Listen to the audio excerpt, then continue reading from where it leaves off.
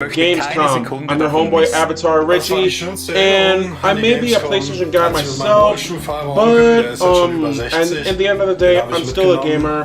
So as a gamer, I'm always gonna look to the new stuff with Xbox and PlayStation, and of course Nintendo. So let's see what Gamescom has in store for us today. I heard that Gamescom is the smaller version of E3, so let's see what they got. Can't wait. Das fängt mit den Games an, über Merch, Loot, übers Cosplay und hinaus zu meinen Freunden. Gamescom ist für mich das Event im Jahr, wo ich die meisten meiner, vor allem Halo-Cosplayer-Freunde wieder treffen kann. Wir sind mittlerweile eine doch große Familie und ich freue mich jedes Mal darauf, sie wiederzusehen. Dang, I need to invest in getting cosplay. I just hope we get either. I just hope we get something for Bandai Namco or something.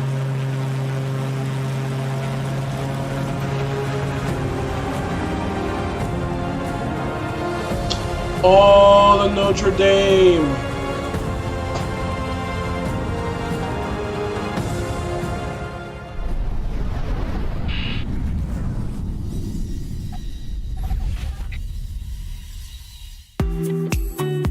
Hello everyone, and welcome to our Gamescom 2021 Xbox stream. We've got so many great game updates to share with you today. We're talking Age of Empires 4, Psychonauts 2, and my personal favorite, Microsoft Flight Simulator. Later on, we'll take an extended look at Forza Horizon 5. There's so much going into this, and Playground Games' vision of Mexico is muy bonito. And we'll be getting our first look at the cover car for the game, Paris. I got $5 on it being one of those electric scooters that you see piled up on the sidewalk. Will Kate win $5? I guess we're about to find out. Yes, indeed. Our Xbox Plays team will also chat with devs and deep dive into current and upcoming games all week on twitch.tv/Xbox. Let's get started with Techland and their upcoming zombie parkour sequel, Dying Light 2: Stay Human. Nice. Hello, I am Tymon Smektawa, Dying Light 2 lead game designer, and this is David Lubryka, animation director. Hi. We can't wait until December 7th to finally give you Dying Light 2 Stay Human, the game we have been working on really hard for the last few years. We're hoping the gameplay video you're about to watch will give you a foretaste of parkour and combat systems waiting for you in the game. And we are just about to enter the city, fighting our way through its brutal and dangerous streets. Though, as you will see in a moment, there are plenty of things you can use to your advantage. So watch closely, look for special combat and parkour moves, and check out how with just a bit of creativity you can combine the two. Ready? Let's go! Sometimes I wonder what this city looked like before all this. Probably like many others. People had their ambitions, plans, lives. Now it's all gone. The virus started it, but it was the people who made the world the way it is. This city, Villador. They tell me they had a vision. They had hope. But soon, one vision broke into many different ones.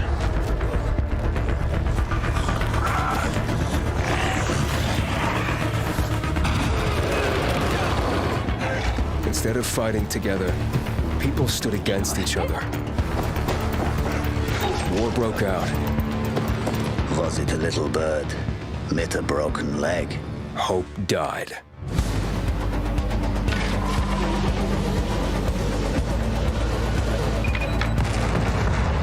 Now the city is falling. Each time we strike down an enemy, we absorb their strength. But I can't let that happen. At least, not yet. I need the secrets the city holds. Fuck! Hey! Still some rats here! I have to pick a side. The Bazaar needs good people. You're doing great so far.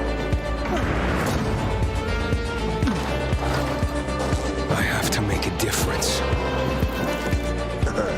Let's check and see.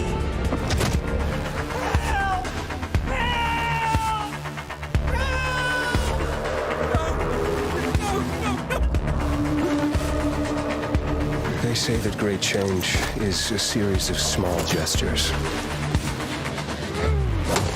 How about this series?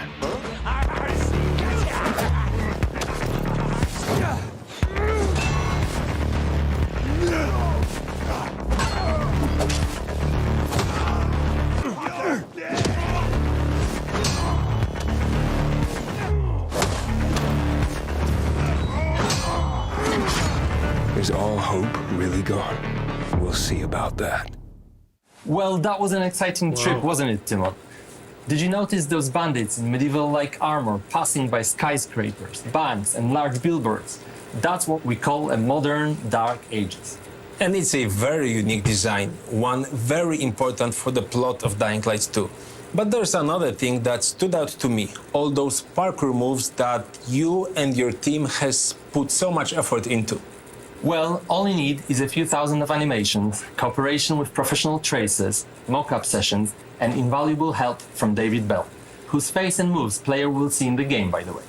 No, yes, right. And we've got twice the number of parkour moves compared to the first game, and we are showing some of them in this trailer. The vault kicks being the most important to me personally. It brings a whole new fighting style into the game. The player can stagger an enemy and use them to perform further attacks, for example by rebounding from their bodies, jumping off them onto other foes, and so on. I think we captured the movement really well and made it quite simple for the players to perform.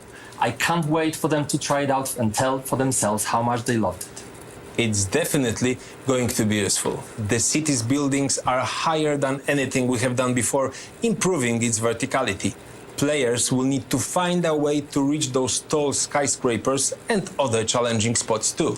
Then it's good we scattered some helpers around, like a paraglider. Hey Lewis, what's going on? Welcome. Both parkouring Welcome and to the live stream. Let's have some fun. And it's gonna do great, especially in fights against humans, which are more frequent and important than in Dying Light 1.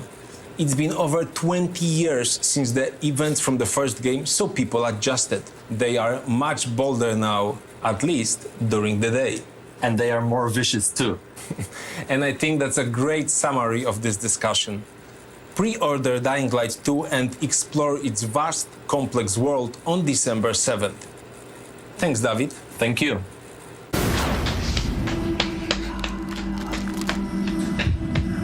Okay. For the first time in the storied history of the franchise, Microsoft Flight Simulator launched on a home console with the release on Xbox Series X and S last month. Reviewers and gamers alike were blown away by how well the stunning visuals and the depth of the simulation translated to the console, and that's why I'm extremely honored to welcome the head of Microsoft Flight Simulator, Jörg Newman, to the stream. Jörg, thank you for being here. The last time we met was at the Xbox Game Showcase, and it was getting ready to come out on consoles. How did that go? It went great. As you said, the reaction to the Xbox console launch was really just amazing. Both from Xbox gamers and from the press, they've been so gracious with their feedback. I don't know if you know, but Flight Simulator is one of the highest rated games on Xbox this year, which I think is just great validation that the translation of the simulation to the console has really worked well. Our usage numbers are through the roof. We are absolutely shattering franchise records, and I can tell you there have never been more people playing Flight Simulator than right now. So it's an awesome time. That is awesome. Congratulations on the launch, really. But all right. I want to go to the danger zone. So what's going on with Top Gun? There's so much going on, Paris. Oh. So you and I talked about Top Gun Maverick earlier. The fans are super excited. They saw the F/A-18. They can't wait to start flying. And as you know, it comes out later this year as free DLC alongside the movie. But as the movie is still under wraps, you didn't hear about this? So I can still I didn't even know not tell you Gamescom that was much happening. about it. Well, actually, I knew about it 2 days ago. There's so much else going on, even before Maverick. So we are continuing to do our monthly big releases that we've been doing for a long time.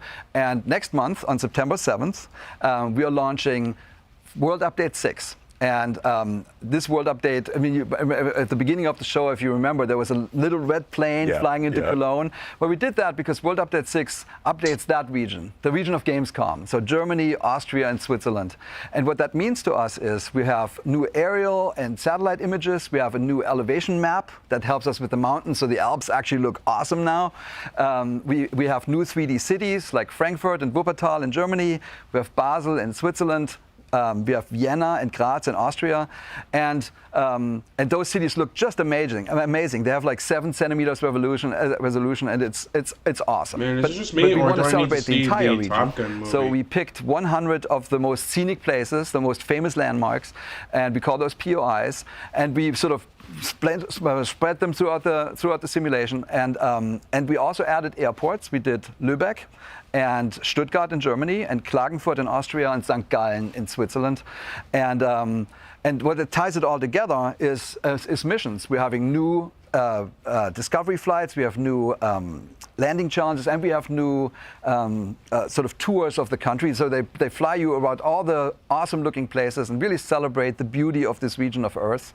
And this is a celebration of DACH, of Germany, Austria, and Switzerland. I'm so happy to be able to announce the date here at Gamescom. Oh, we're getting the trailer for Top Gun Maverick this Thursday. That is really incredible. All the different nice. I need to see that. You're going to have in the game, and the way that you're going to be able to actually highlight those. Yeah, I think it's really cool. But you know, for us, it's actually not just the region and the visuals. We talked That's a lot pretty when cool. you study aviation, when you love aviation like we do. You actually realize that a lot of regions of Earth have a very special relationship with flying, with aviation. Sometimes it's, you know, the first experiments with aircraft, or a famous pilot, or a feat of aviation, or like a local manufacturer. So we thought to ourselves, why do we not use these world updates to celebrate the planes? So we are announcing a new series. We call them Local Legends. And think about that as planes that are locally well known, like in that region, but outside in the world, not so much. Yeah. But why not use the world updates to highlight this, to bring these awesome machines to a worldwide audience? So for World Update 6, we picked a German plane from the 1930s. It's called Junkers U-52. In Germany, it's lovingly named Tante U, so Aunt U. And we think of us as sort of a digital preservation. So we really want to get these planes to an extreme level of detail. We're going out of our way to really go deep. So we're doing a full scan. We take full scans of the outside and the inside, as detailed as 1 millimeter, which is as good as you can really do this. And then we're working with, for the Junkers, we work with Bernd Junkers, who is the grandson of the original creator of the plane, Hugo Junkers. And he's helping us. He had a ton of insight and materials. Then we worked with an organization that is preserving one of the last surviving examples of the Junkers. So they let us scan and take photographs. And then we were lucky that to find a pilot that actually flew one of those planes while it was still flying in the real world. And he lets us know, like, is the cockpit right and the sounds right? Does it feel right in the air? So we're having a blast working with these experts to really bring these, to celebrate this plane, to bring them back to life. So this is almost like you're creating I'm gonna go watch it museum soon. for aviation inside Microsoft. Do you know if it's on if it's on Paramount it's a Plus, museum buddy? with flyable planes. So we're working Top with Gun, the first 40 museums around the world, and it's honestly one of the funnest parts of the job. You end up working with these. Yo, does anyone in the live chat know if Top Gun, the very first film, is on Paramount Plus or any kind of streaming service? We're so happy when we come in with our scanning equipment, and we're basically capturing their planes, and they know that we can digitally preserve them in perpetuity, and we're actually giving those scans back to the museum so they can do something with it. And it's a great collaboration. And we're actually not just looking back in the history of aviation, we're also looking towards the future. So I have another announcement. We are working with a fascinating German company called Volocopter, and they're making an eVTOL air taxi for urban traffic. So they have a vision of the future, how these drone-type machines basically connect people in large cities. We're working directly with the engineering team to make sure that we are capturing their plane and their aircraft perfectly in the flight simulator, and that's coming out in November. I mean, you weren't kidding when you're saying that there's a lot going on inside of Microsoft Flight Simulator. Is there anything else you want to share? Oh, dang, I don't have stars. One more thing. We are. I'm so happy to announce that we've partnered with RARA. That's the Reno Air Racing Association. And every year they put on something called the Steel National Championship Air Race. And we're bringing this to Flight Simulator. So this is the fastest motorsport. This is right down your alley. It's the fastest motorsport on Earth. And I actually brought you a little trailer to look at. So race, speed, we go into the danger zone, baby. Let's go ahead and show that.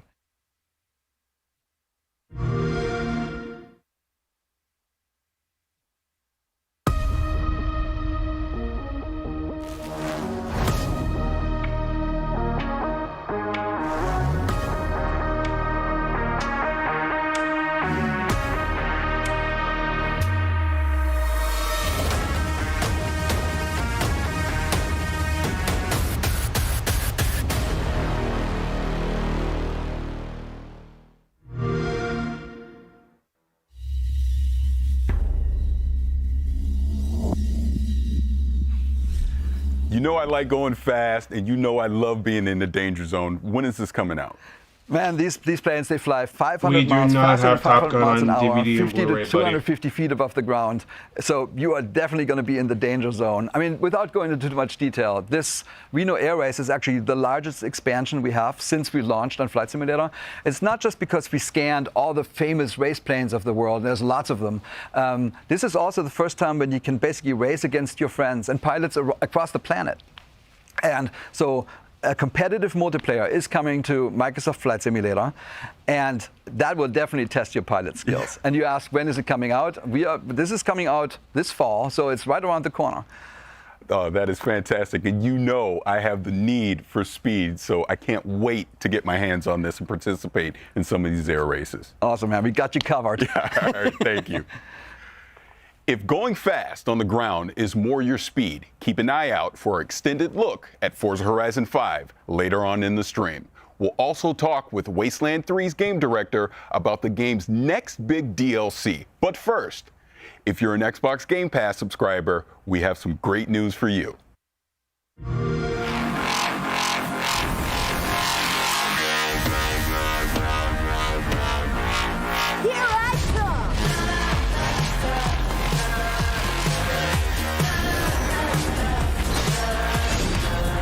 Build a weapon, one that blows the world away. Build a rocket that'll come and take away us all. Gonna come back, I am coming back in a day. Build a weapon that'll turn us into newborns again. Oh, yeah. Build a weapon, one that blows the world away.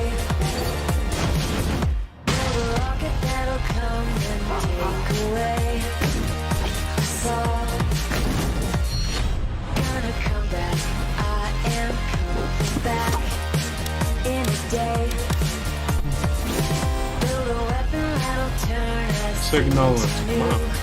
newborns again.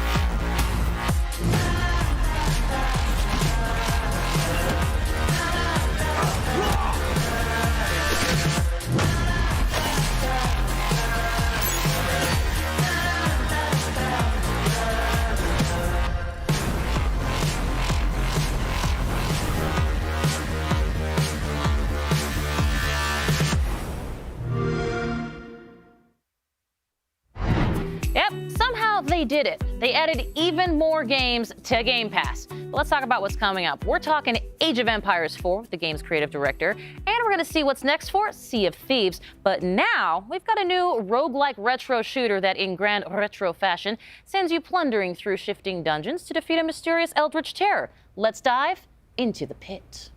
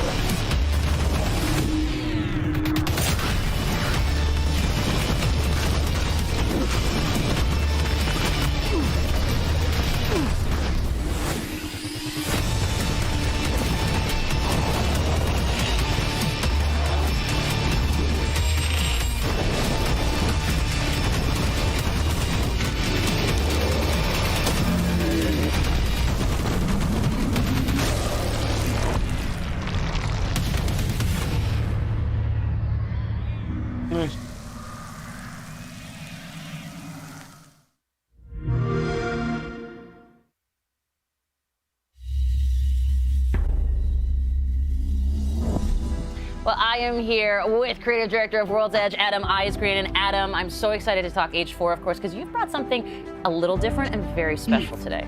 Yeah, I have. So, so far we've been showing everyone kind of what Age looks like from in the game, when you're playing it. You've gotten to see a lot of footage of that. And we've also shown a little bit of our campaigns, right, through when we unveiled the 100 Years' War and showed Joan of Arc. But we have yet another way in Age of Empires 4 that we're kind of bringing history to life that we haven't talked about yet. See, you do this to me. You put me in suspense. I want to know more, so let's go with it. Let's hear more. Okay, wait, you get 1 moment of suspense. I don't know why, but I'm really not a fan of these games, What we brought today is we have these wonderful little videos that we've created that are interspersed amongst the campaign, and they're about 3 to 5 minutes each. And we have over an hour of them total, and they're called Hands-on Histories. And what they are is a great way to deep dive on certain fun subjects from the cultures we're representing and just from medieval history. Excellent. Well, I hear you've actually brought one of those segments that you're going to share here for the very first time. Yes, I have. We are going to show you the segment on one of the most popular units from Age of Empires franchise and a fan favorite, the Trebuchet. Excellent. Well, this I got to see. Let's take a look. A counterweight trebuchet was the king of all siege engines. A catapult capable of smashing down castle walls from great distances.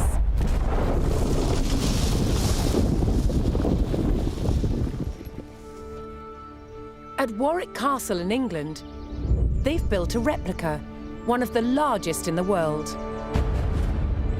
Originating in 7th century China, by the 13th century, trebuchets had evolved into devastatingly powerful weapons. Such a simple design, but so effective. It has several key features. A pivoted arm with a weight at one end, and a sling to hold the projectile at the other. To prime, the 6-ton weight is raised using tread wheels. So this is one of the wheels, one of 2 that's attached to an axle, which would lift the counterweight, weighing 6 tons. It's based on muscle power alone. What's essential about launching a projectile as far as possible is making sure that this end of the arm is moving as fast as possible. So once that weight drops, it really sends this point of the arm. I want to see something Bandai Namco related or something Tekken related. This was done by positioning the pivot. Besides, aren't they done with Mortal Kombat 11? And by launching the projectile from a sling. When released, the sling whips round, vastly increasing the launch speed. Trebuchets were carefully aimed, like modern guns. In order to weaken the castle walls or even breach them, you had to make sure that the projectiles hit the same spot every single time. For each projectile to follow the same trajectory, they all had to be the same weight and shape. To achieve this, masons used a gauge. Now I'm going to load this projectile into the sling. Then I better this see. This one must weigh about 25 kilograms, but tomorrow? some projectiles can get up to 150 Matter of fact, I gotta see kilograms. what if tonight. That's the weight of 2 men. Trebuchets were also used to throw burning tar, beehives, even dead bodies. Anything to cause maximum distress to the enemy. Ooh. Did you hear that whoosh? It was the counterweight trebuchet's lethal combination of power and accuracy that made it the ultimate medieval siege weapon.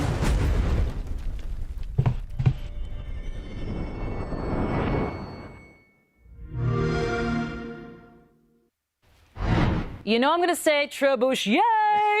Don't care, because that is awesome and remarkably unique, something you don't see in games very often. Yeah, so one of the things when we were looking at what we were going to do with Age of Empires 4, there's a phrase I'm really fond of, which is history is only as interesting as the people who taught it to you. And you could say that about any subject, really, right? But I think the great thing is when you have someone that's so enthusiastic and passionate about history, it really comes across. And we wanted to be that kind of teacher for history. And there's a phrase called humanized history that I use to kind of describe what we tried to do, which is we tried to like connect past and present. And you can see that kind of in our briefings as well, where we've got like real stuff with like CG kind of overlaid to show you the history.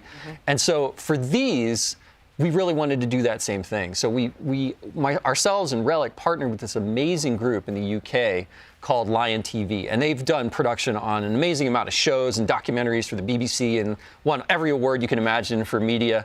And they travel to all of these locations in all these different countries to meet with these subject matter experts and get all of this great footage on how things really worked and how things were made. And it's been delightful to kind of go through that process and, get all these and finally start showing them to everyone. I love it. Now, you also, of course, you've got a bunch, as you mentioned, of these hands-on history segments. Anything else that you can tell us fans about what we can expect, looking forward to? Any favorites you got coming up? Oh, well, favorites. Oh, man. Well, I think my personal favorite is one called Medieval Surgery. Okay. And I'm going to let your imagination go with what we might show and what we might talk about in that one. Yeah. But the thing I love about them is that they go all over the place. So, we've got ones on warfare and castle building and like how they kept flaming arrows from not going out when you shot them. And but we've also got all of these ones on, like illuminated history and falconing and, like horse taming, armor creation. And there's even one on Mongolian instrumentation, which is really cool because those instruments, we actually use them in the soundtrack for the Mongols when you're playing as them in the campaign, in the game. I mean, I just love the behemoth amount of history that you guys... Age of Empires, always known for bringing history alive in a completely different way. And I also love to mention this to people that you and the team do so much research. And it's so great to see this approach being used in a hands-on history kind of segment. But I mean, what was that approach like to sort of sell going forward, especially since it's such a unique in-game experience? Well, the cool thing was it was there from day one. It was one of the things I was really wanted to do is try to tell these stories in a different way. But I'll tell you, like full disclosure, it's been insanely nerve-wracking because we're trying something completely different that no one's ever done before in a game, right? We're history, but we're a game, but we're teaching you things, but you're having fun. And finding that middle ground has been really challenging. And every time we've tried to show, we've shown the campaigns or we've shown these hands-on histories, I've been like, oh God, is it gonna work? Like, people going to like this? And the great thing is so far, everyone that's really experienced the entire thing put together have just been like, wow, this is great. And it's so different and kind of cool and refreshing. So, so far so good, right? But yeah, it's been a journey, to get all this done and put the whole game together. Well, I love that you mentioned journey because we are coming towards the end of this development journey for Age 4. Talk to me about where people can find and learn more about Age of Empires 4. I know they're all chomping at the bit. Oh, well, October 28th, we are launching the game. You can go to ageofempires.com to learn more about the title. And if you're really, really excited, right now, you can go onto the Microsoft Store or Steam, pre-order the game right now. And of course, we will be there day one, Xbox Game Pass for PC as well. So anyone that's on that can just grab the game and start playing. Oh, don't mind me. I'm just yes, I believe you randomly are brushing my beard. Yes, so Gamescom opening on my live stream. Yes. 11 a.m. Pacific time. There might be something Age of Empires related in there, so if you're a fan, you probably should tune in. Oh, a bit of a tease from Mr. Ice Green. Maybe. And I like it very much. Adam, thank you so much for joining us here. Always a pleasure, Kate. Always a pleasure. Age of Empires 4 looks fantastic, so I cannot wait. October 28th, neither should you. Now, we have tons coming up here today, including a new update for State of Decay 2 and an extended look at Forza Horizon 5 with our friends at Playground Games. But now, let's catch up with Paris, who's gone from flying the skies in Microsoft Flight Sim to a different kind of cloud. That's right, Kate. Xbox Cloud Gaming is already available on Windows PCs, mobile phones, and tablets. And now, it's coming to Xbox consoles. The future with cloud gaming sounds bright. No waiting to install, no running out of hard drive space, no waiting to patch, and no buying a new console just to play with your friends. See how the vision of cloud gaming will bring people together without barriers. So when I think about cloud and when I think about gaming, those two things together to me really show you the future where you can pick up something and you could play it anywhere and you could do it quickly.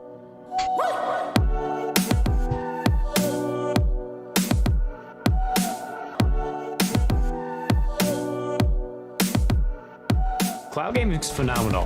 This is pretty great. I mean, that's pretty awesome. This actually looks so good. Games are large and you want to keep the ones that you know you love on your hard drive. Xbox Cloud Gaming is about being able to discover the new ones right away. It's super exciting that for our Game Pass Ultimate members, they will get to experience Xbox Cloud Gaming on whatever console they have. Cloud gaming is really about looking at how people play differently. I know me in particular, sometimes I just have 20 minutes. It should be as easy as finding the game that you look for on your console and just jumping right in. We're targeting 1080p at 60 frames per second. What's crazy about this is like the latency. This is the kind of stuff you need with cloud gaming. Oh, 60 frames? That's actually very smooth. The process itself to get into cloud gaming feels like you're playing on console, right? You go, you find the game you want, you press play. It's so easy nowadays. You can pick up any device and pretty much play any Xbox game on Game Pass. If my friends have titles that I don't have yet, I can just wait for them to send me an invite. It makes content just so much more accessible. I really love the flexibility. It's awesome. Everything that Xbox is doing right now is just getting rid of the limits of having to be on a specific platform or a specific console, play on PC and mobile, and now on Gen 8. Yeah, Gen 8 consoles can play Gen 9 content. Isn't that so cool? With cloud gaming, we have the ability, because you are connecting to consoles that are in our data centers, to allow the Gen 8 customers, the Xbox One customers, to play games that their hardware wouldn't have been able to play without it. There's so much opportunity when it comes to thinking about how we can make content more readily available and let people play where they want to. Sign me up. I'm ready for cloud gaming right now. Let's do it. When's the release date? When does it release?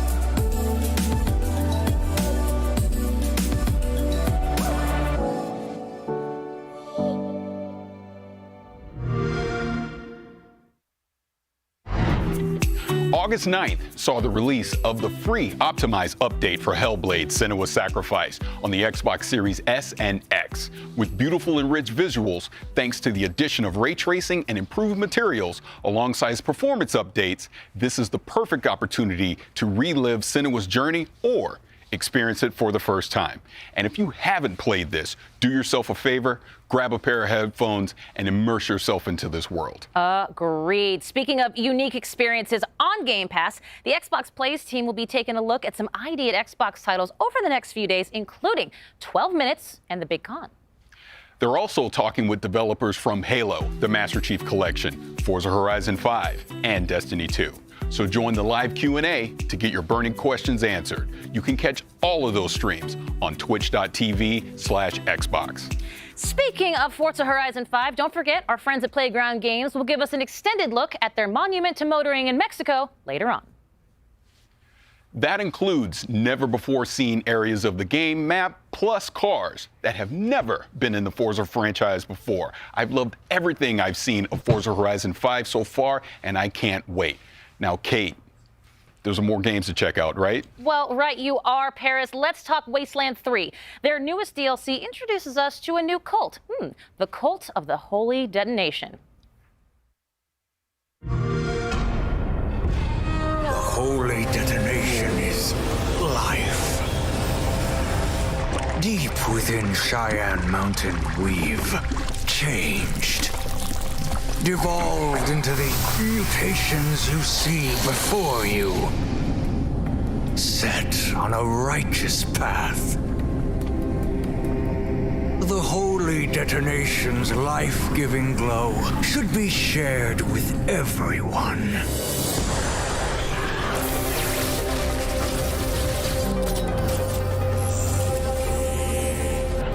May the light of the Holy Detonation purify you. Join us, Rangers.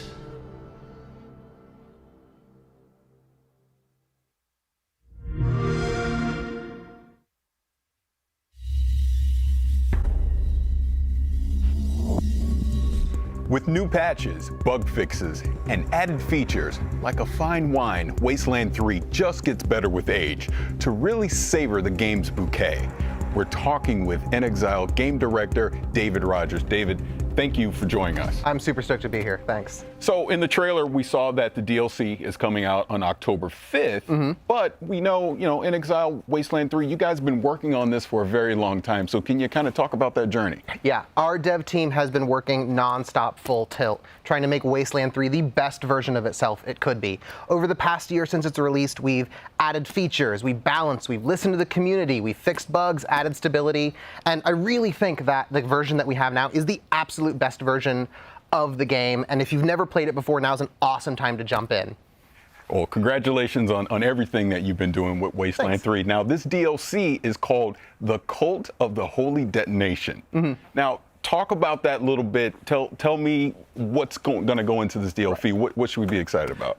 Right. So you've heard of Cheyenne Mountain, right? Yes. For those who haven't, Cheyenne Mountain is this top secret military complex buried deep in the heart of Cheyenne Mountain in the middle of Colorado. It's designed to outlast a nuclear winter. And so when you hit level 16, an old friend calls you and says, hey, I need your help securing this secret military base and all the secrets within. And as soon as you get there, you find two warring cults battling over supremacy, trying to take control of the Holy Detonation, which is this pre-war science experiment that they worship as a god.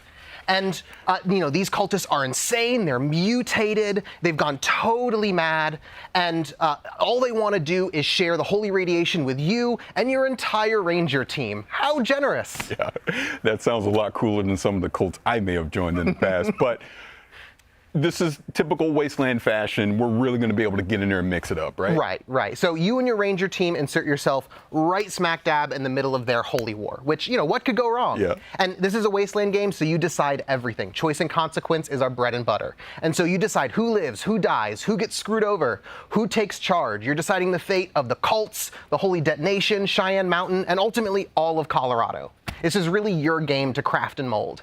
That's awesome. So the last expansion was the Battle of Steeltown, right? Yeah. You had giant robots and things like that. So, what are you going to do to actually top something like that from the last expansion?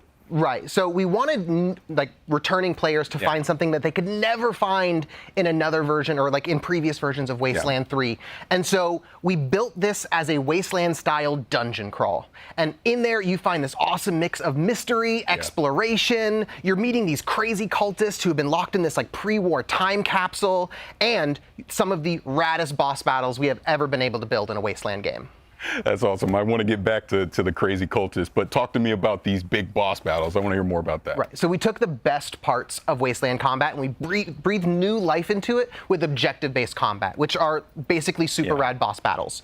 It's no longer you're huddling in a corner, throwing down turrets, just going on murderous rampages. It's not about killing, it's about getting the job done. And so now combat doesn't end until the mission is over. We send you on proper combat missions. You're in there breaking into prisons, rescuing POWs. You're disrupting these high-tech cultist rituals. You are splitting your fire team and coordinating like you never have had to before.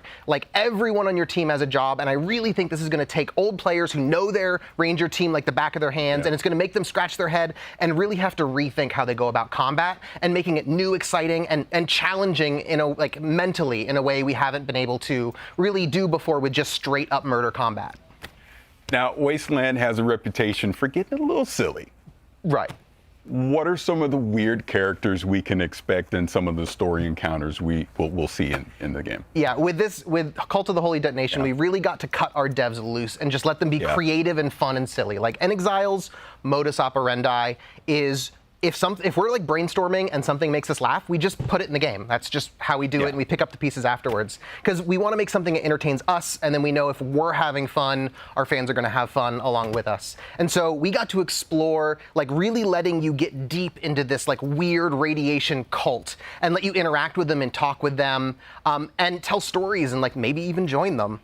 And so for instance, one of the characters you meet, one of the first cultists you meet, is this slathering beast. He's got claws and fangs and spikes jutting out, and he's drooling, but he's the nicest guy in Cheyenne Mountain. You meet him and he's like, hey guys, you should come in here and soak up some of these rads, it'll be great. And he Sherpas you in and lets you meet the whole cult. And and another one of my favorites is the Proteus. He's what you get if you took 20 cultists and you melted them into a big pile, kind of I would do this with a magnifying glass. I would melt army guys and GI Joes into a big pile, and he's wet and sloppy and gross, and he's hard hard to understand, and he needs a translator supposedly.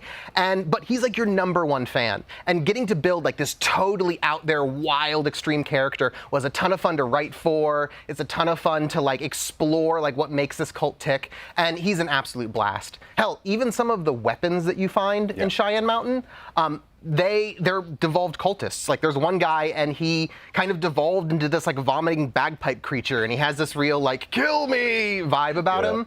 But we get to play with these fun body horror themes that let us jackknife between sort of like dark and serious and like goofy and funny, which is a line that Wasteland really loves to ride. Like, you know, a lot of really important stuff is at stake, but you know, the Wasteland's a pretty bizarre place. Oh, I can imagine. Now, we talked before, you've been working on Wasteland 3 for a while. There's already expansions that are out there. But say I'm a new player. Say I'm watching this right now and I'm like, man, I want to get into Wasteland 3. What would you suggest for new players wanting to get into this? And like I said at the top, like Wasteland is like the best version of itself right now because of all the work we put into it over the past year. And so you can get the whole thing with the Colorado collection. That's the base game plus Cult of the Holy Detonation and Battle of Steeltown, all for a discount. Or if you have Game Pass, you already have Wasteland 3. Just download it and play it. And then you can get both expansions with the expansion pass. That is awesome. Now, to kind of recap this a little bit, we've talked about, you know, spewing pus bags and these weird characters and the cults and the boss battles and all these really cool things that are going to be in Wasteland 3. But please remind everyone before we get out of here, when can you pick up this DLC? Right, this Work of Passion, it comes out on October 5th. We're really stoked. That is awesome. So this is the Cult of the Holy Detonation. Cult of the Holy Detonation coming October 5th. David, thank you so much for joining us. Thanks, Barish. Appreciate it. All right. In the 3 years since its launch, Sea of Thieves has played host to some incredible crossovers, including unique ship sets inspired by games like Battletoads, State of Decay, Halo, and more. Today, we're excited to announce a brand new special event that will award players an all-new ship as a part of the latest wild crossover heading to Sea of Thieves. Better yet, this event begins tomorrow. So get ready to make some mayhem, and let's get our first look at this very special ship. Oh! Oh, that's the Borderlands ship.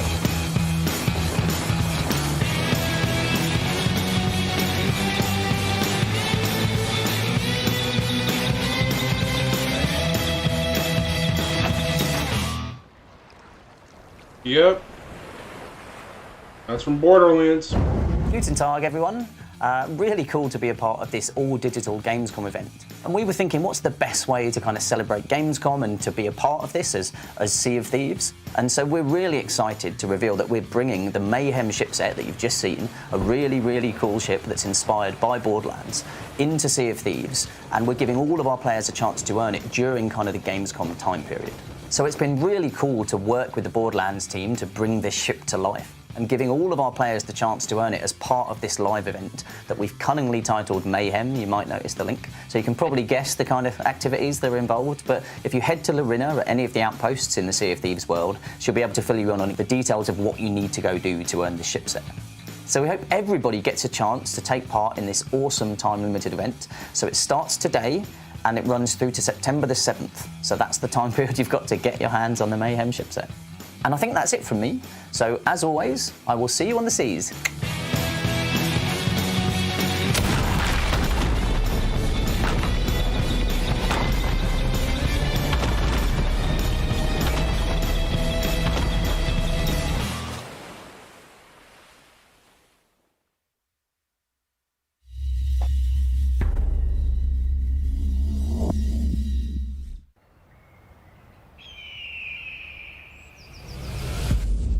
Hope.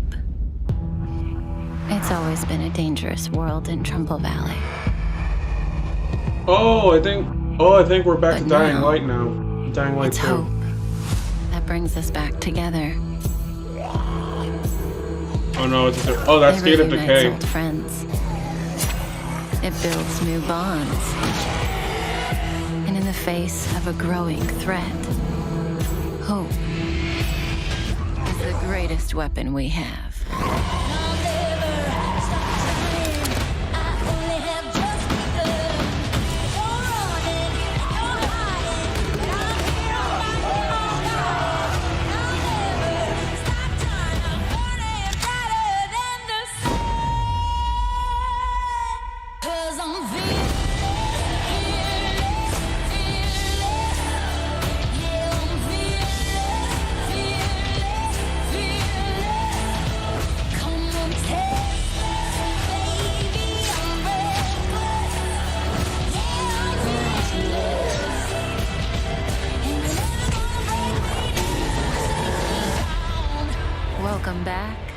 to Trumbull Valley.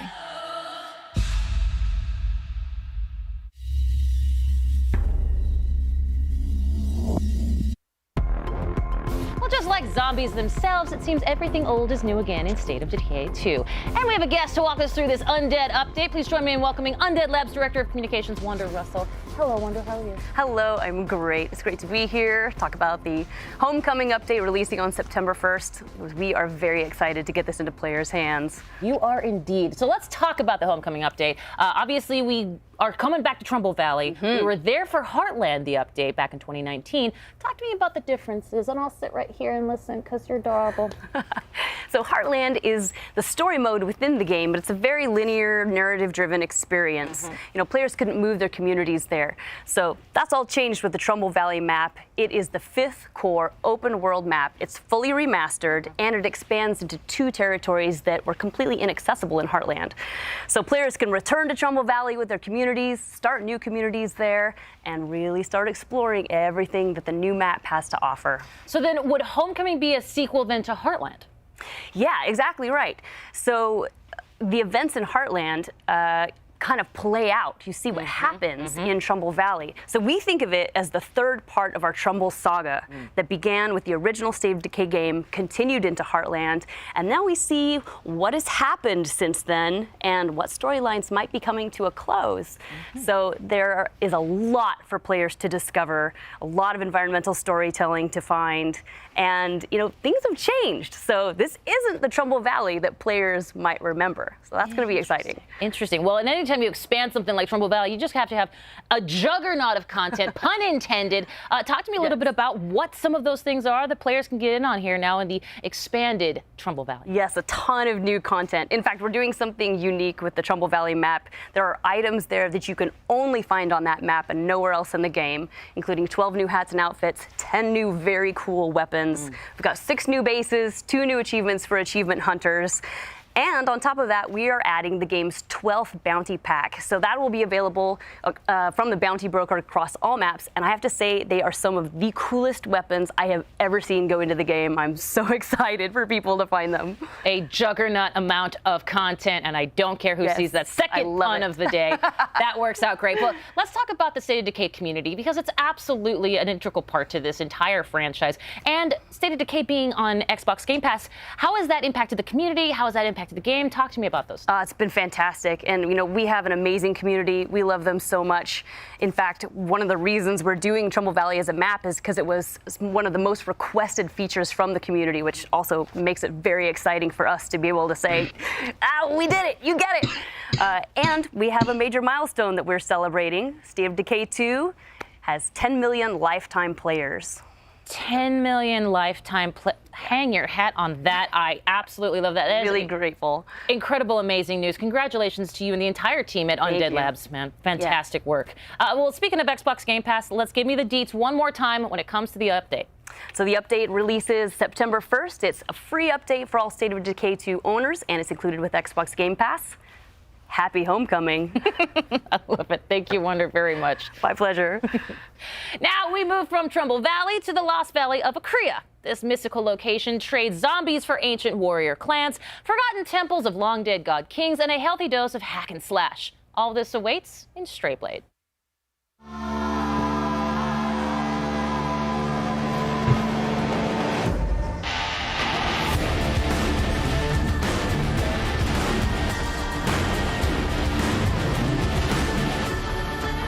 I'd probably let you stay awake here, but man, I'm still waiting for the best part to come up.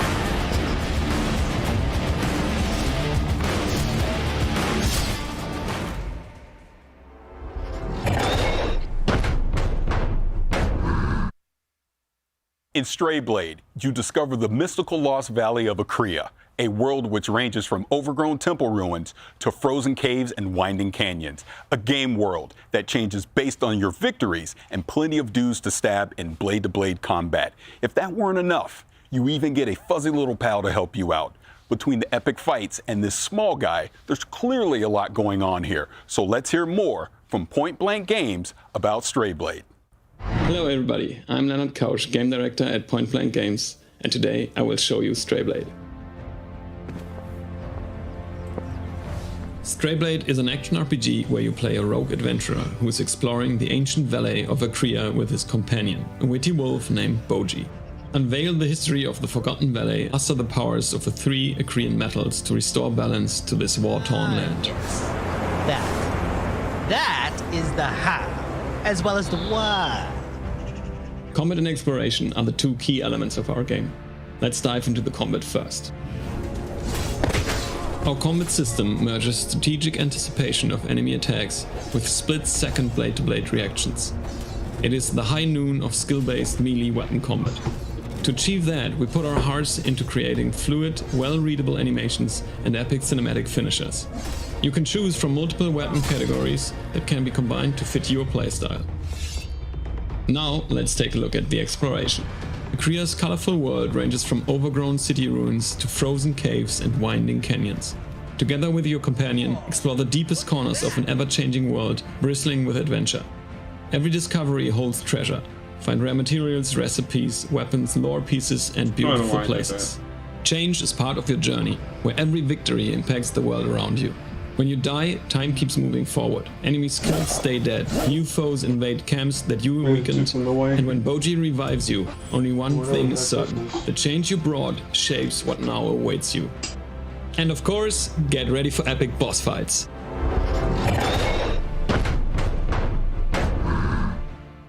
We hope you enjoyed the first look at Strayblade, which will be out next year.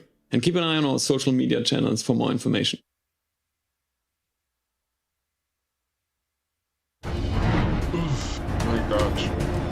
Next up, one of the most unique games finally comes to Xbox. Yeah, unique. As in, my evil twin murdered 4 of my husbands because they secretly are in love with me. Unique. In case that didn't tip you off, we're talking about Crusader Kings 3, the medieval grand strategy and role-playing game that has you trying to defend your royal line from those that would conquer your kingdom, and evil twins apparently. Yeah. It's coming to Xbox as an adaptation, not a direct port, meaning that the UI and controls have been refined to bring that grand strategy experience to a controller. Not to mention bringing the grand strategy experience to my comfy living room couch. We'll all be ruling from our throne room soon enough. Check out Crusader Kings 3, now coming to Xbox consoles.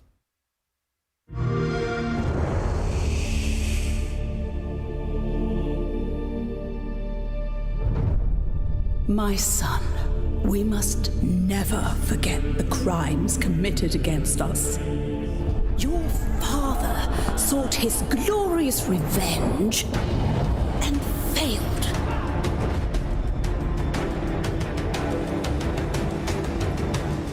He never understood that the greatest wars are won with weddings, not warriors. With daggers, not swords.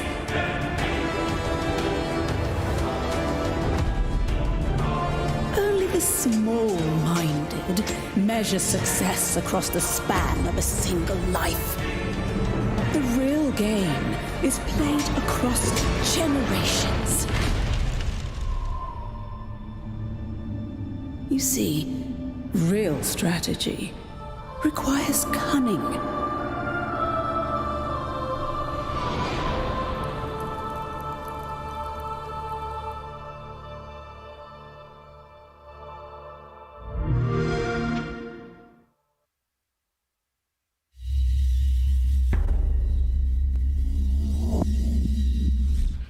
Crusader Kings 3 is wild. You really haven't lived until you've made an 8-year-old the King of England.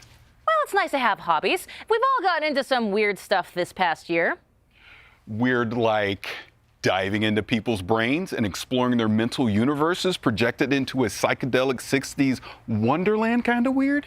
Exactly that kind of weird, which means I am so excited for Psychonauts to finally get a sequel. It has been so long. There really is something special about Psychonauts, isn't it? There really is indeed. Now, think about this. 2005, when Psychonauts originally came out, was a different time for gaming. Most of the biggest games that year, we're talking Resident Evil 4, Battlefield 2, Call of Duty 2. They were great games, for sure, but they were all big, beefy shooter games. Meanwhile, Psychonauts had humor, whimsy, and surprisingly heartfelt moments. It was an oasis of color and humanity in an era when games were increasingly turning grimy, dark, and combative. Not to mention having some deceptively deep character moments. Resident Evil 4 was one of them. That's why the original is considered a cult classic. It has been a long time coming, and it is finally here. Enjoy this long-awaited launch trailer for Psychonauts.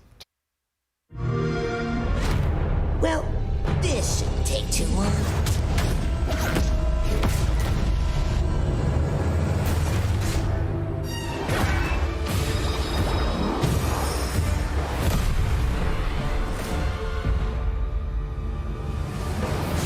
With psychic powers, he dives into your mind. My name is Raz, and I'm the new intern. And today is my first day on the job. Get ready, Rasputin. Feelings will stop what he finds. Did you forget everything I taught you about levitation, Rasputin? I'm not supposed to check out equipment to interns. You did what? Can we just... No. Quit picking on the new kid. We were all new once, in case you forgot. I've got eyes on the target. And I've got eyes on me. All I see is another unruly peasant. Oh boy. When man do misfires, turns our world on its side. Only one man can save us. Mind reader. It wouldn't be the first time the Psychonauts underestimated Maligula's power. Leave it to me.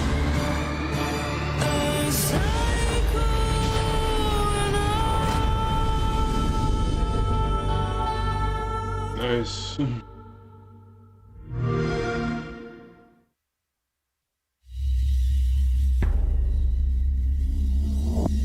Come on, Xbox, give us something good.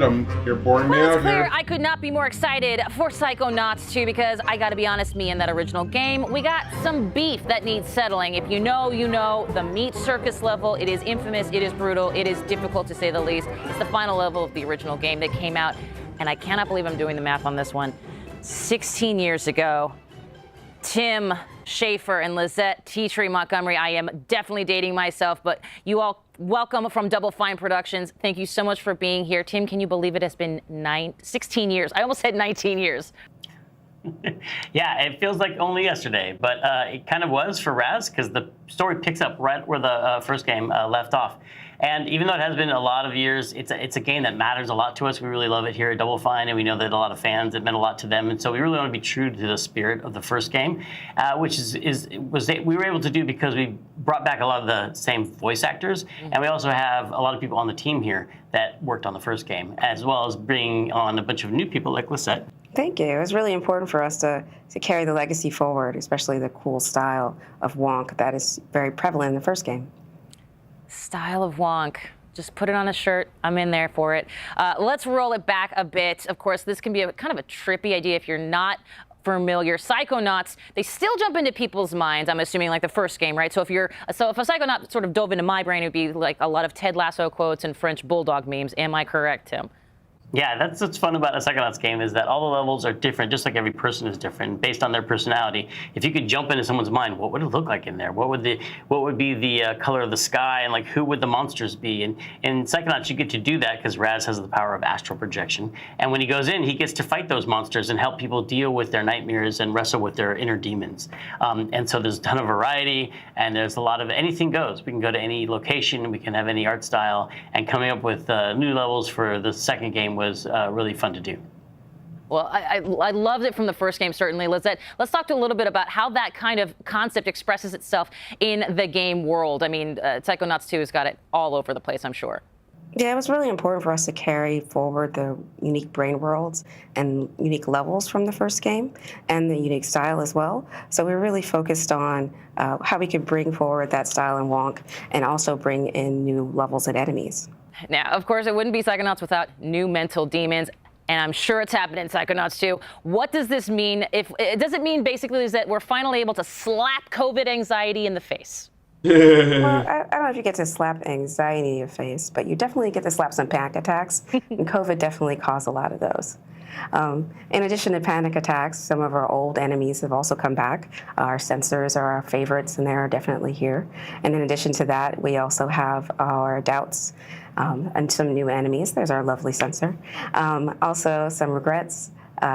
Some flying regrets. There are a ranged enemy, and they definitely are challenging.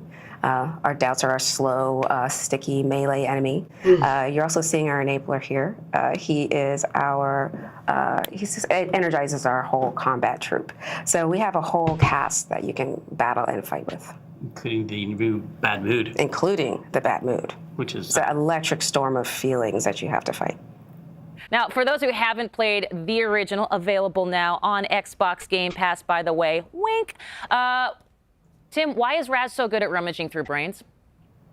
Raz is, he has some very special skills. He has two whole sets of skills, one being the acrobatic skills he learned growing up in the circus. He can balance on tightropes, jump on trampolines, swing on trapezes, and that helps him navigate and get around to all kinds of interesting places.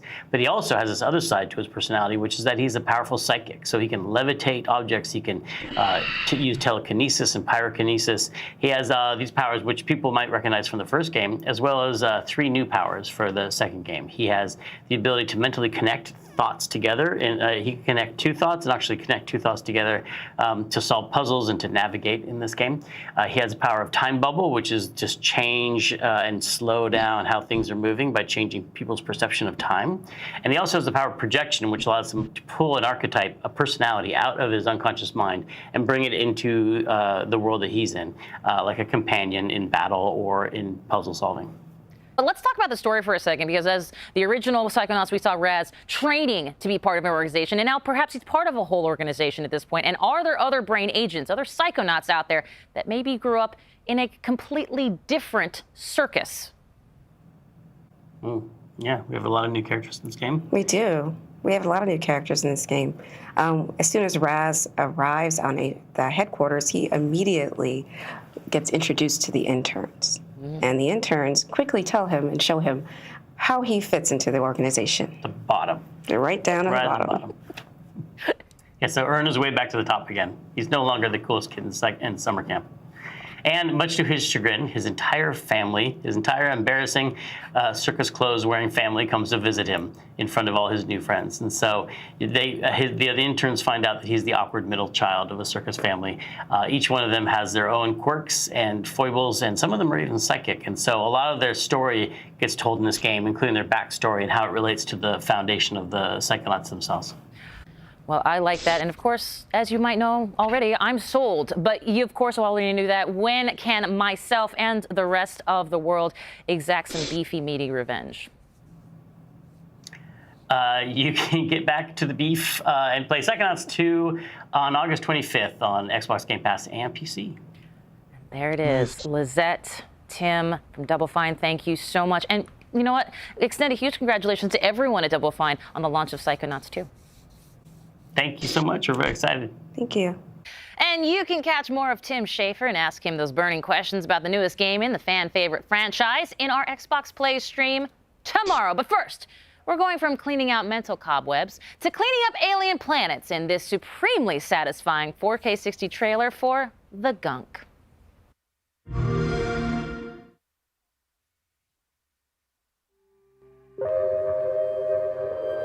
I don't like this weather. I'm pretty sure the ship's insurance won't cover alien storm damage. You have to be careful out there. The gunk's eating everything here. This planet is literally a paradise when the gunk's gone.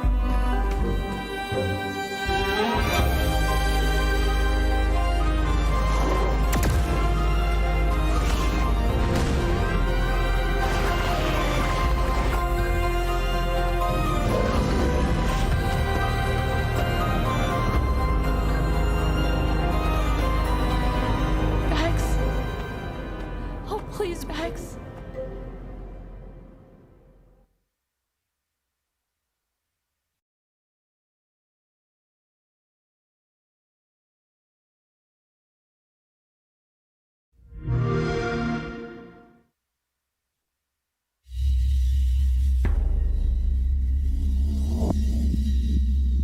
We have talked about so many incredible games today, and it's hard to pick a favorite, but let me just say, it is so cool that State of Decay 2 is expanding Trumbull Valley. Come on. And hey, you know what?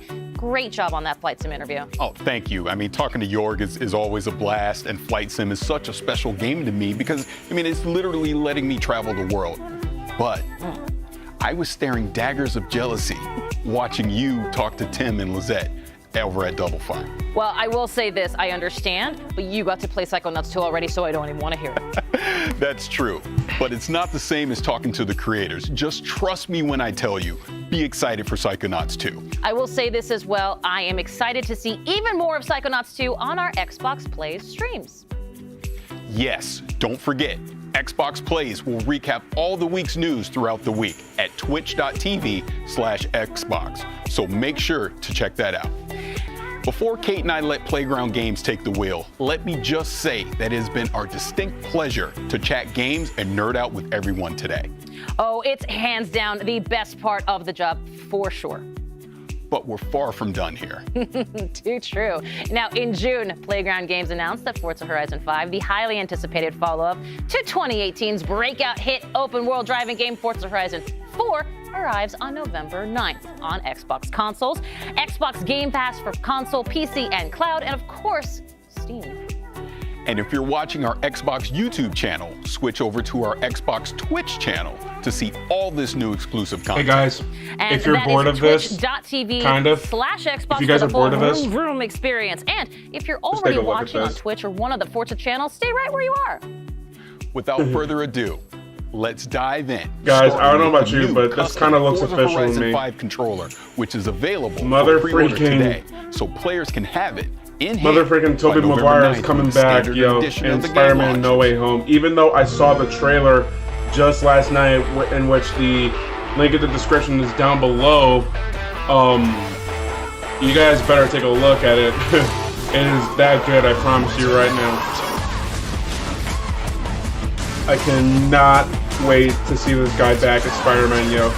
He was amazingly iconic.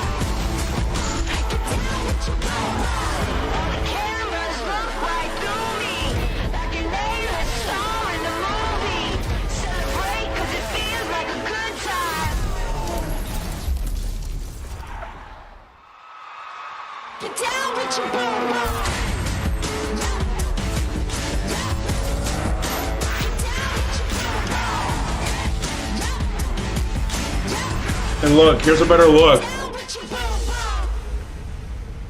That is the Titan fig of Tobey Maguire's Spider-Man from No Way Home. Tell me that does not look Playground official. Games with Forza Horizon creative director Mike Brown and Forza Horizon art director Don Arcetta. Hello, everybody. Hey everyone. Hi Charlie. Hey Charlie. Hello. How cool is this? That is stunning. Look at that. Well, we obviously just saw a really cool video about it, and I'll be the first to say there is an amazing influence of Mexican car culture and music literally splayed right across the front. Isn't that right?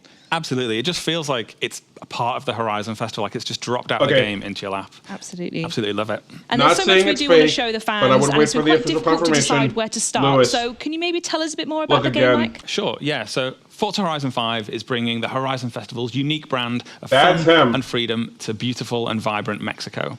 Players are going to set out across the largest, most diverse open world we've ever built in hundreds of the world's most beautiful and exciting cars. Yeah, and people think that Mexico is just a desert or a beach, but there's so much more to it, isn't there? That's right. Even though it does have pretty awesome beaches and a number of amazing deserts, it also has vast canyons, hidden temples, awesome, beautiful historic cities, and even a towering snow-capped volcano, the highest point we've ever had in a Horizon game. So you've talked about how Forza Horizon 5 showcases powerful, all-new graphical features, but what more can you tell us about that? So yeah, our Mexican HDR sky captures really illuminate the world to the point where you feel like you're really there. And thanks to the Xbox Series X and S, ray tracing they haven't unveiled the second wave yet to really make our cars look more true to real life. You'll encounter the smallest of details as you travel throughout the world, all rendered in striking realism. Oh, that's such an exciting overview. I cannot wait. And next up is something we know that Forza Horizon fans have definitely been waiting for the most. Mike, what exactly is that? Yeah, that's right. We are about to reveal the cover of Forza Horizon 5, featuring the incredible Mercedes AMG 1 and the 2021 Ford Bronco Badlands. Should we take a look? Let's do it, yeah.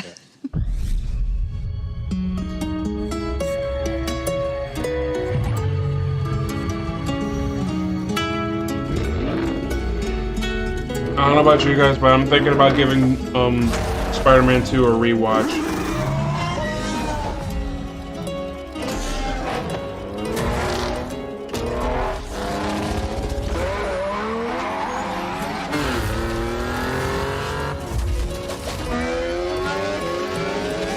And Lewis, if you think it's kind of fake, well, not official yet.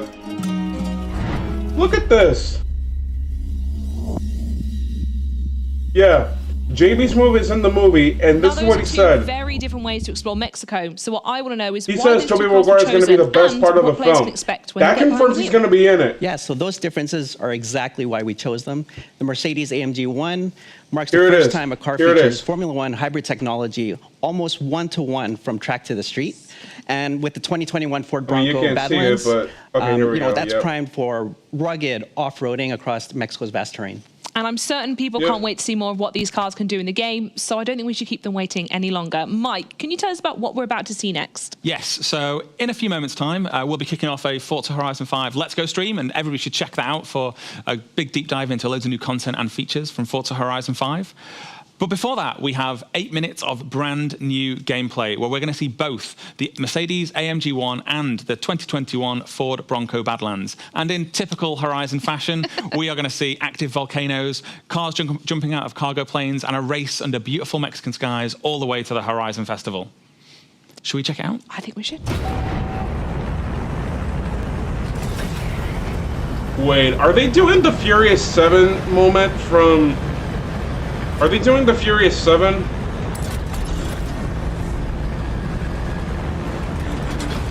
They are doing the Furious 7, wow.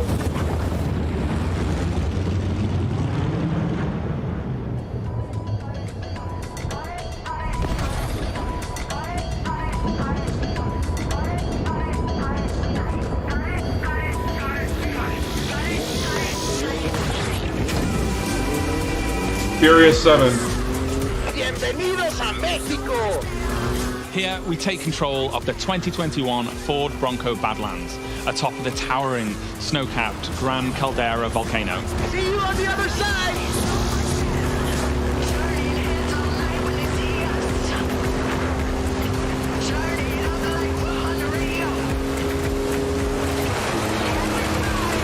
Follow that car!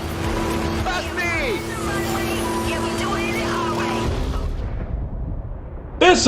This is Fast and Furious.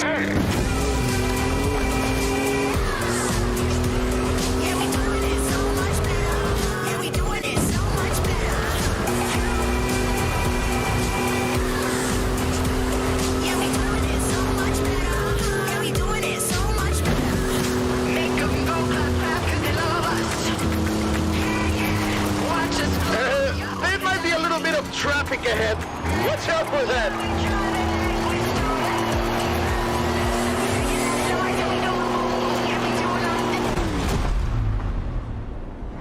Oh, snap.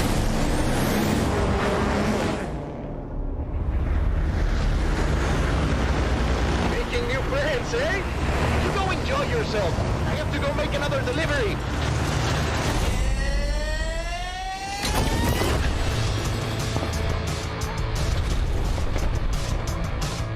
Drop zone approaching. Lovely day for a drive.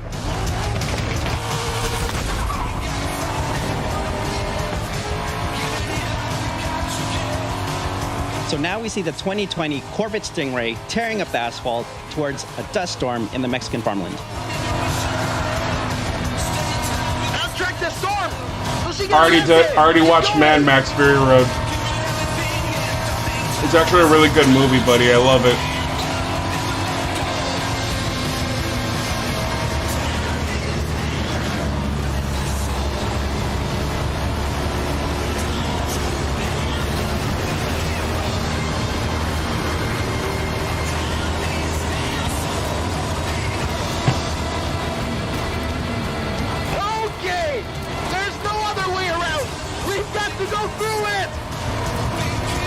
Oh, we're going into a sandstorm? This is Fast and Furious. This is something Fast and Furious would do.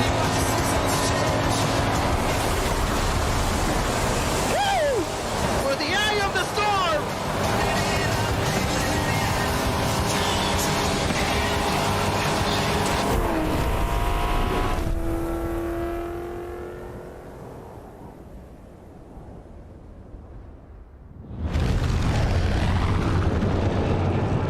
Okay, on my mark. 5, 4. 4 now, that's fine. This could get a little rough. You just did.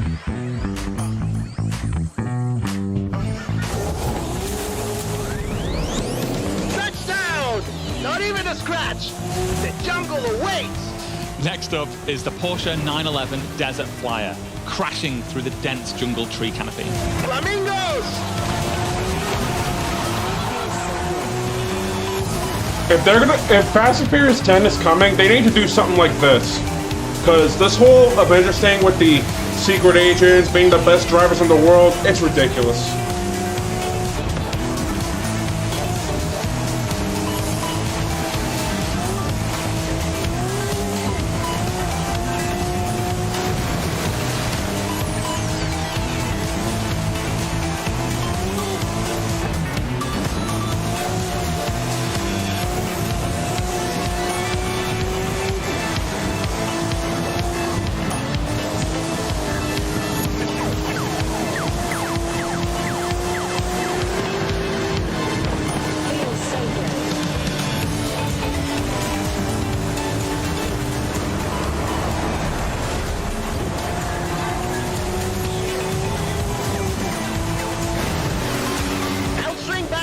Guide you through the bridge.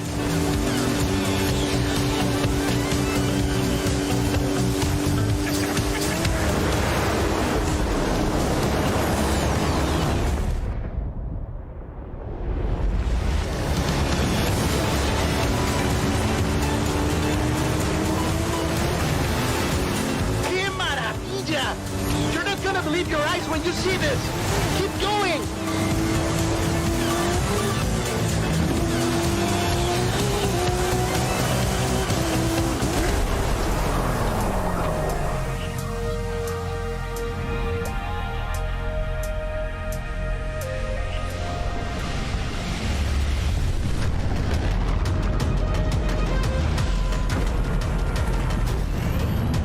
Final drop! The whole festival is waiting!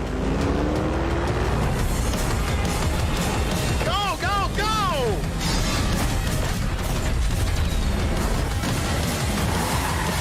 Oh, snap! What do you say? First to the festival wins? Vámonos! And on the final leg, we have the stunning Mercedes AMG 1 at full speed across Mexico's sun-baked rocky coast.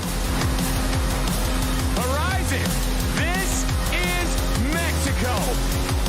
We've already had cars falling out of the sky, but all eyes are on the superstar making their way to the festival right now.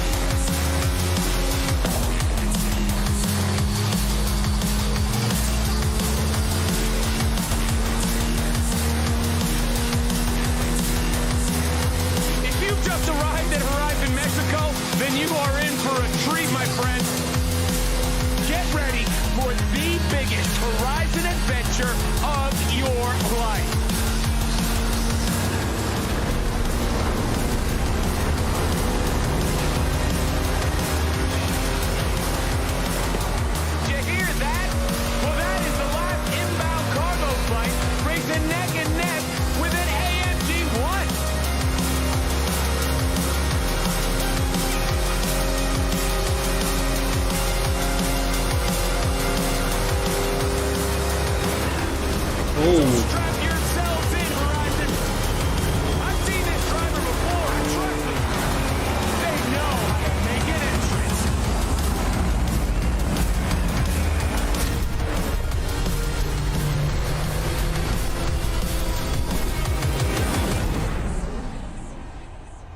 That was pretty hot. Wow.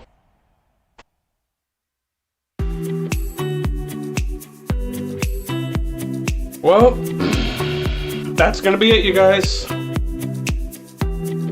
So, what are your thoughts on the Xbox Gamescom live stream? Was it boring? Was it okay? Was it great?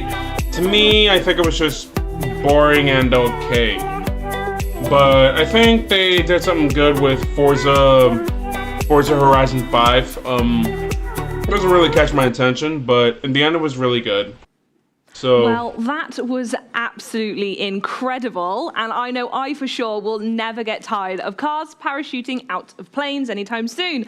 But I am going to need a minute to process all the amazing gameplay we just watched, which works out just fine because we need to welcome everyone who just is joining us right now. So for those of you who just turned up, we have just wrapped the Gamescom 2021 Xbox stream and have so much more content to cover. So please sit back and enjoy our latest episode of Forza Horizon 5 Let's Go live with Playground Games. We have an excellent nah, it's all good. I'm good though.